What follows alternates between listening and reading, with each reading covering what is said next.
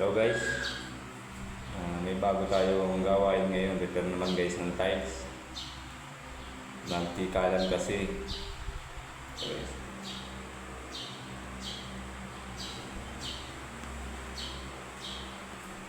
Guys, tinitik-tik natin yan guys. Kasi kaya nagtikalan siya. Hindi niya ginamita ng adhesive pagtabi.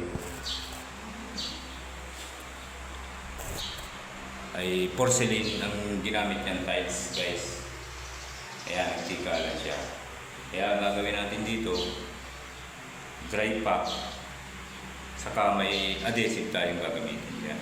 Kung napanood nyo guys yung video ko, sa ibang video ko na sinabi ko kung anong tiles ang ginagamitan ng adhesive, andun po yung guys kung ano-anong tiles ang pwedeng gamitan o hindi pwedeng gamitan.